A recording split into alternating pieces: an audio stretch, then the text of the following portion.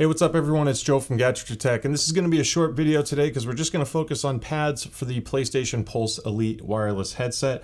Now, Wicked Cushions finally came out with pads. This has been kind of teased and talked about for a while now. In fact, since the day I released the video on the Elite, where I was told by Sony the pads are not removable, don't try to remove them. Well, it turns out they are removable, and I updated the, sticky comment and everything below. But people were talking about swapping pads relatively early on. So naturally, Wicked Cushions being, that being their bread and butter, they started working on a pad replacement. So I do want to start by saying this: the pads on the Pulse Elite are better than the pads on the original Pulse. They are thicker, they are softer. Frankly, it's a more comfortable headset. So one of the reasons why you would consider upgrading is this is a thinner leatherette material. So what happens is over time that breaks down. They all do.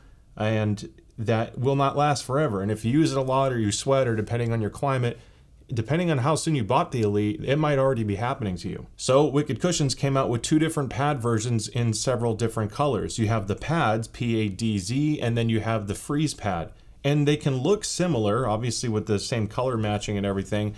The biggest difference is the pad fill and the surface materials. So on the FreeZe pad, you have a hybrid material, which has the leatherette outer, and then this sport fabric face, and that's what touches your skin, and that has a gel effect inside, and that helps with the cooling effect. The gel memory foam is more compliant, but it's a little bit heavier, and it helps conform but also breathe a little bit. Now these have a higher thermal mass, so it takes a little bit longer to heat up. All pads do eventually heat up, but thanks to the sport fabric material, it will breathe a little bit more.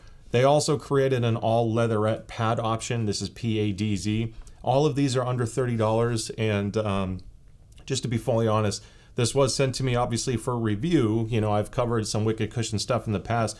My main reason for covering Wicked Cushion pads is because I have the ability to measure it and actually show you visually the sound quality impact from the stock pad versus aftermarket, so you know exactly what to expect, and it helps maintain zero bias. And then I can talk about comfort and dimensions and all that. So maybe you just like the idea of the stock leatherette, you like the sound isolation it brings, you like the cleaner look, the lighter weight. Well, you have it in black, you have it in white, you have a few finishes. So I don't have them all here. This new cyan I absolutely love. I think it's such a cool look.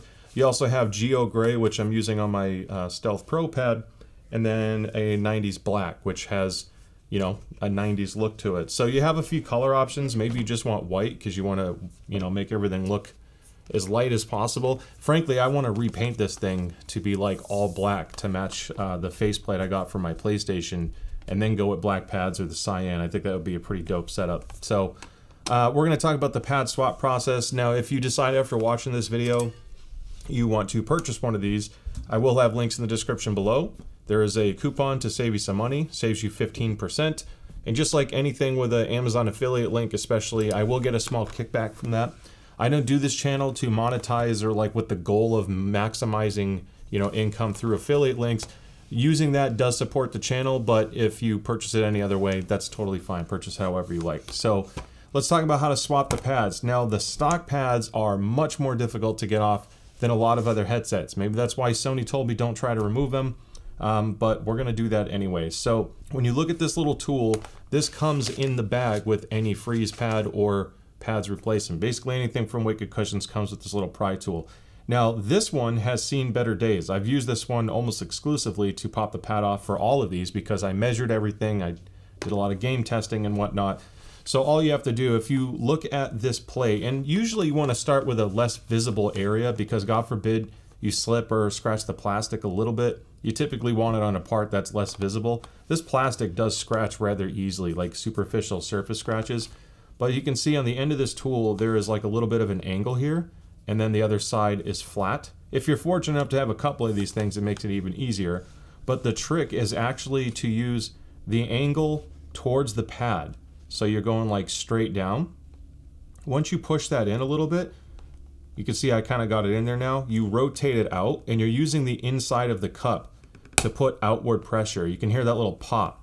Now, you want to try to keep that pressure out because as you work your way around, once you get a couple pops out, there you go, it's going to be a lot easier to remove. And you can see there's a few clips inside, and I'll show you how it looks compared to the Wicked cushion pad replacement. But we're going to do this on both sides. And again, mine is a little bit easier to remove. Even though that looked somewhat challenging, it's actually a little bit harder when you're taking them off for the first time. Once you've first broken the seal and you removed it, they come off rather easy once you get the hang of it after that. So if you ever buy more than one pad, then it's not as hard to switch. Now I'm going to put the cyan prism pads on. Now these are the FreeZe pads, and I'm going to talk about a few things with how this works. So for one, when you look at the install process, there is a stitch on the bottom of the FreeZe pad. That indicates it's the bottom of the pad, but obviously how do you know which side is left or right? Well, on the Wicked cushion pad, there's a very tiny letter just down here, and you'll see like a little L. That L obviously means it goes on the left-hand side, and then you'll also see of all of these clips that go around the pad, one of the clips has these like double grooves that stick out, and there's only one of those clips on the ear cup that has this double groove. The rest of them are just clips.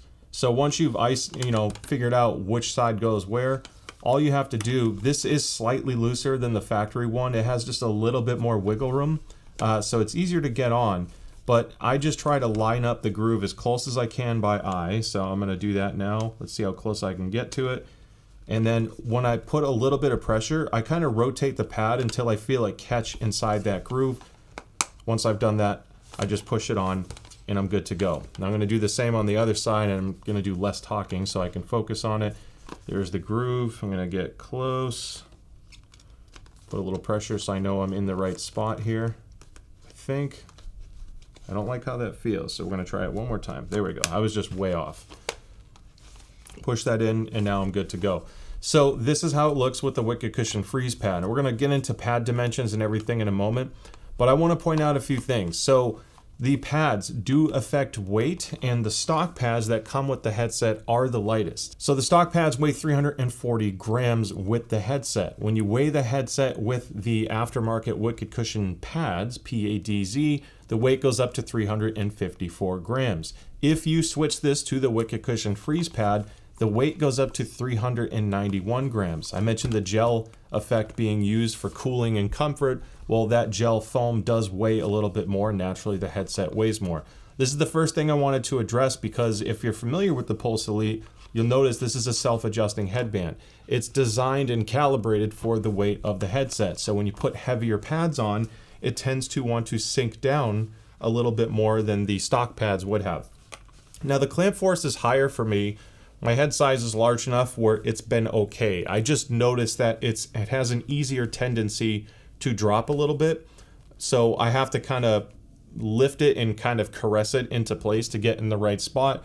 Whereas if I go with the standard pads or the stock pads, I'm doing more of a pull down effect to get them in the right spot. With these, I kind of just support it and then I'm good to go. And it's balanced enough, but it is noteworthy because if you're not wearing a hat like I am right now, that weight does allow the headset to move just a little bit more. This isn't a super clampy headset, so that's something to keep in mind. As far as pad dimensions go, they are similar, but there is a little bit of a difference between them. So if you go by the stock pad, the width is right about 47 millimeters. I have a height of just under 60. We'll say closer to about 58 millimeters.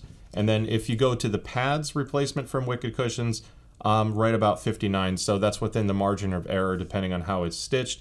And then you have, let's see, 52 millimeters of width. The FreeZe pad has about 52, 51 millimeters of width as well, so very similar. And then the height is a little bit higher. I have closer to, I'd say 64 millimeters of height. So within a few millimeters is pretty damn close, to be honest, depending on how you measure it. And that's not going to be a noticeable difference. The depth is a little bit different.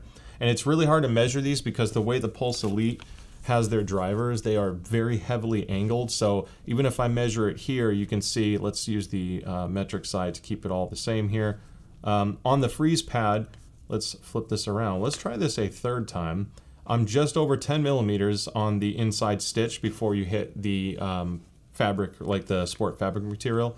And on the back, it goes all the way to 28 millimeters of depth.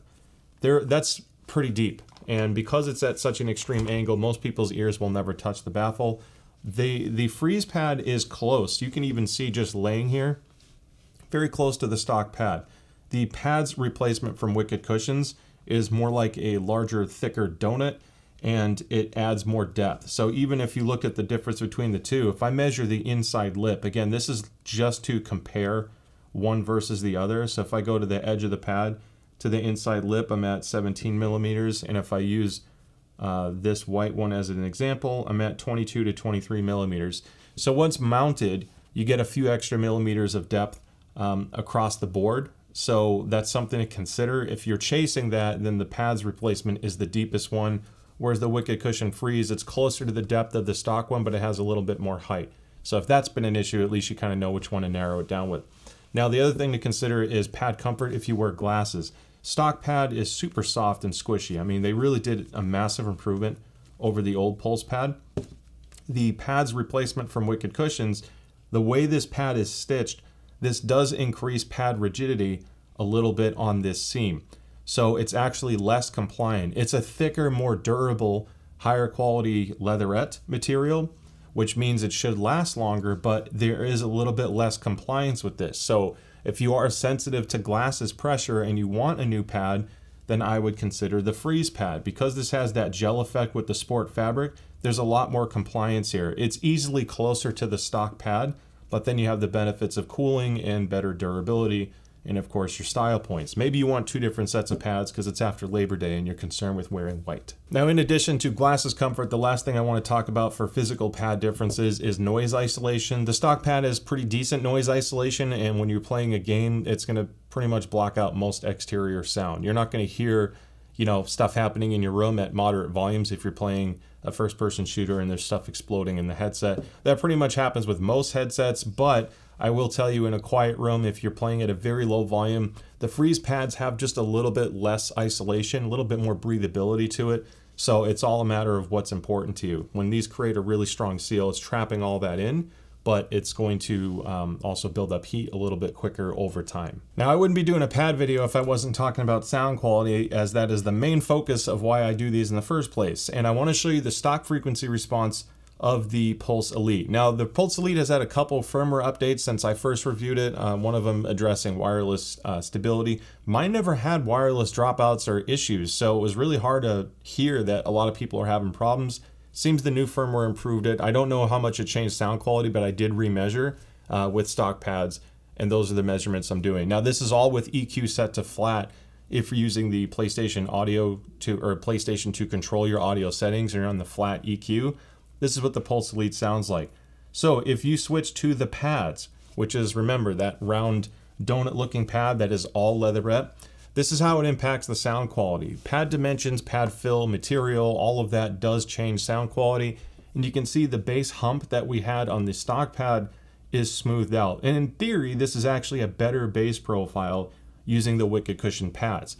The difference that you'll see, and it is noticeable when you wear it, the little lift here at 1.5 kilohertz is minor, but it is a little bit stronger on this pad. There is a larger dip, though, when you go from 2000 hertz to roughly 4500 hertz, at least on my rig. That is a lot of where the perceived detail is. This is your pinna gain region, if you're familiar with audio terms. So you may find that simply switching pads, this will sound less detailed and possibly less punchy because the bass is more linear. It's not so much that it's worse, it's just a different sound profile. The issue is it's offset by this treble spike at 8000 hertz. So if you're sensitive to 8K, you have to play around with EQ a little bit to kind of fine tune it. I did like, between the FreeZe pad and the regular pads, I felt like the Padz edition, the cheaper one, was just slightly more competitive with me for FPS games. It seemed to perform closer to the stock pad sound that I liked. But I ended up just playing with the FreeZe pad and using EQ anyway, and it was still good enough where I felt competitive. It just may not be as locked in as the stock pad. Now, these do benefit from EQ, and I will be showing that in a moment so we can kind of, you know, fine tune this. And this is specifically for PlayStation, by the way. I'm not ruling console players out. So if we look at the FreeZe version, that is in red. Now, I talked about noise isolation and creating a seal and trapping all that in. The FreeZe pads are more breathable. And historically, depending on what the stock pad was in the first place, they can reduce bass, and that's evident here with the red line. The bass is reduced, which means it's going to make the headset sound brighter if everything else were the same, because now there's less bass to compensate for your upper frequencies. However, there is a further dip at about 1700 hertz. If I go to my little inspector here, 1785 hertz, it dips further, and then the rest of the higher frequencies are more in line with the Padz, not the FreeZe. And then as you get closer to 8000 hertz and up, it doesn't have the same peak as the Wicked Cushion Padz. So there are different pros and cons for each of these. The reason why I ended up using the FreeZe pad more is I've said this in a lot of other headphone reviews, I am more sensitive to 8000 hertz personally. It's a sharper point for me, and I don't know why my ears are not as preferential towards those higher frequencies if those are elevated. So I used custom EQ, and I ended up tuning the FreeZe pad more to my liking, and I didn't have to deal with that 8 kilohertz peak.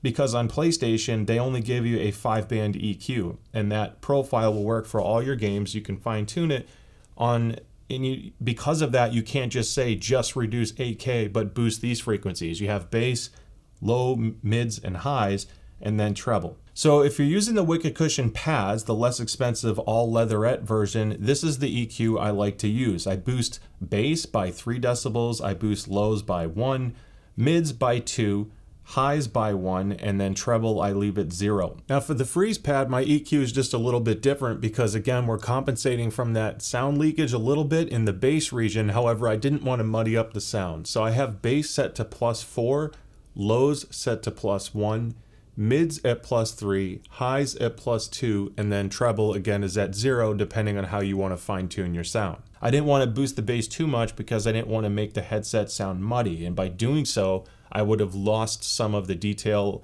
and competitiveness that I like on FPS games. So this is a nice fill. It's still very immersive, but you can still easily localize objects such as footsteps or whatever kind of game you're playing. Now, if you wanted to compare this measurement to other headsets out there, I have a pretty large database now. The link is in the description below for that squig link. And if you scroll down and look at the plus symbol, a lot of times I've added Wicked Cushion FreeZe pads to it, so you can at least know what kind of sound quality to expect. Again, I'm not doing any of this to generate high amounts of clicks or make money off the viewership. Purchase it however you like. I can just tell you that the links save you money. The stock pads are good pads. The issue with these is over time they're going to wear out and fall apart, so you kind of have to replace them anyway. And frankly, I wouldn't want to keep buying pads that are going to keep wearing out and failing on me. So it's almost like it's an inevitable thing if you hang on to the headset long enough. And I hope that this video helps you decide what direction you want to go, whether you want to go with pads, whether you want to go with FreeZe, or maybe something else entirely. So with that being said, thank you so much for watching. I hope you found it helpful. Don't forget to hit that like and subscribe button, and I'll see you at the next one. Bye.